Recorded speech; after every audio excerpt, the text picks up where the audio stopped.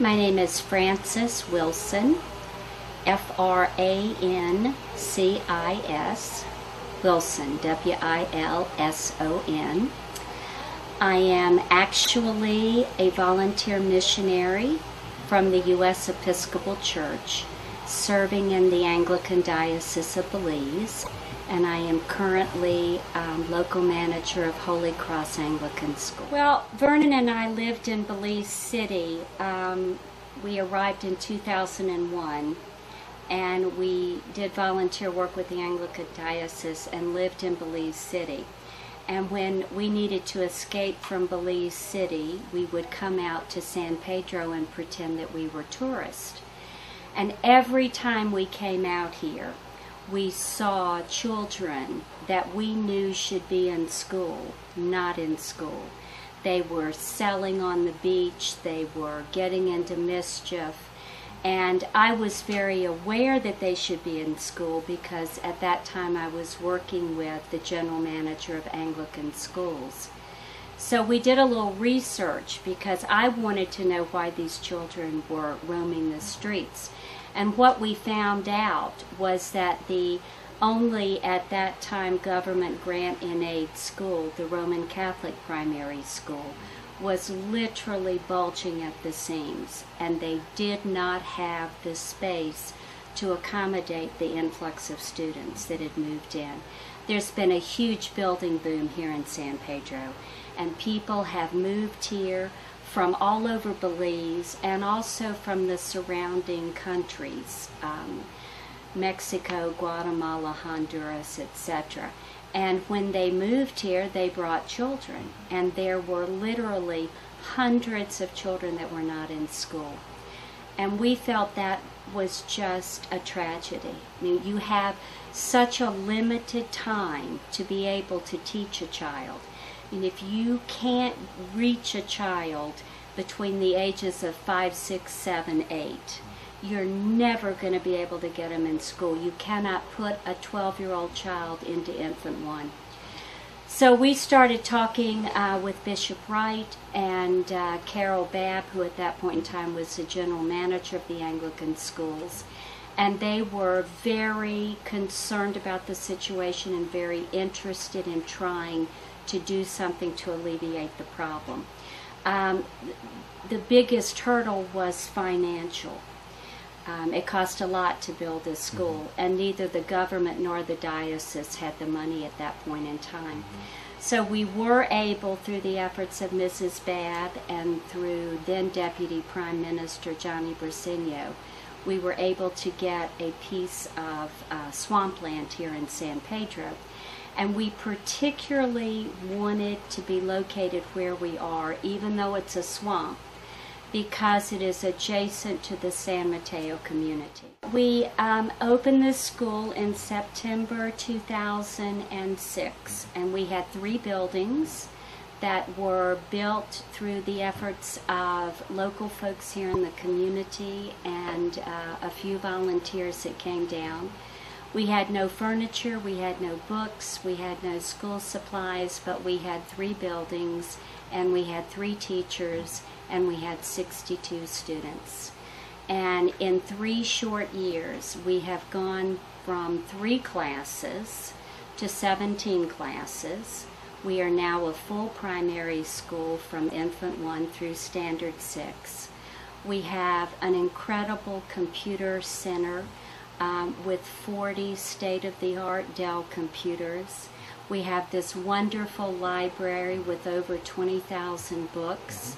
We have a dental clinic, and all of this has been made possible through the efforts and assistance of folks all around the world. The entire school has been built through contributed finances. The government has not spent any money other than teacher salaries for the school. And if this can happen in a swamp in San Mateo in 3 short years, I know that it can happen in other places in Belize where there are folks that are willing to work together in partners down here from Canada.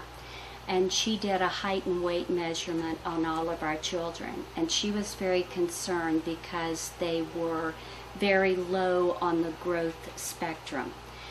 And we realized almost immediately that many of our children were coming to school hungry.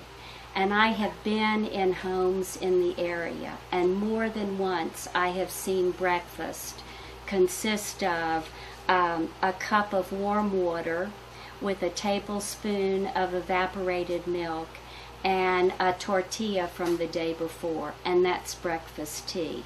Well, there's nothing in that that will enable a child to learn and do their best in school. So we really felt that in order to have a successful school, we had to have a feeding program.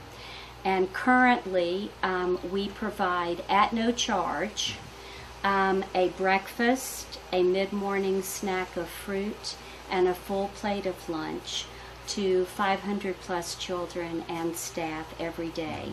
And these meals are made available through, once again, financial contributions from folks who care about the education of children here in Belize.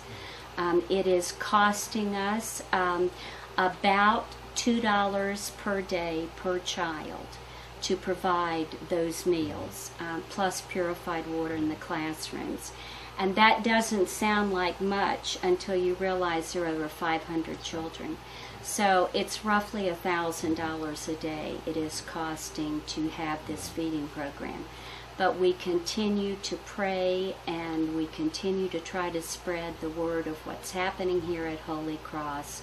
And we continue to count that God will soften the hearts of folks to share some of their blessings so that we can continue this program. Here this summer, Tony and Ginger Rogers from Texas, and they were volunteers at Holy Cross. She taught 3 weeks of remedial reading, and he helped with construction. And they were so taken with the work that is being done here that they went back home and they wanted to do something for the school. And one of the things we desperately needed was an industrial strength stove, so to speak. We were using 3 small stoves, and the big pots of rice were breaking in the tops of the stove, and it was hard to get all the meals prepared.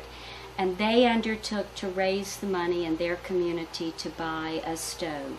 And I think the price of the stove was about $4,000 US. And they bought the stove, and they got the stove to Amarillo, Texas, where a group called the Word at Work Ministry, under the direction of Pastor Tim Tam, was able to provide the opportunity to transport the stove here to Belize. And then the folks from Belize Natural Energy Trust came in and said they would help defray the expenses for the shipment of this 700-pound stove to Belize. The stove arrived in Belize, and we needed to get it from there over to San Pedro. And Island Ferry, which provides water taxi service here in San Pedro, donated the transport of the stove from Belize to San Pedro. And then some of our workers and volunteers installed it this past weekend. So all in all, there were literally hundreds of people that were involved in this one stove. And that's the way it has been with Holy Cross. You look around this library with 20,000 books, and it represents hundreds of people that each brought down 10, 20, 30, 40 books. So as you say, one person can't do it. But if we work together and everybody just does their part. As I said earlier, we have an unofficial motto here at Holy Cross, and it's a little poem I learned long ago. Little drops of water, tiny grains of sand, make the mighty oceans and the pleasant lands. And it just speaks so to my heart about how if each one of us just give and do what we can, then all together it makes a school like Holy Cross.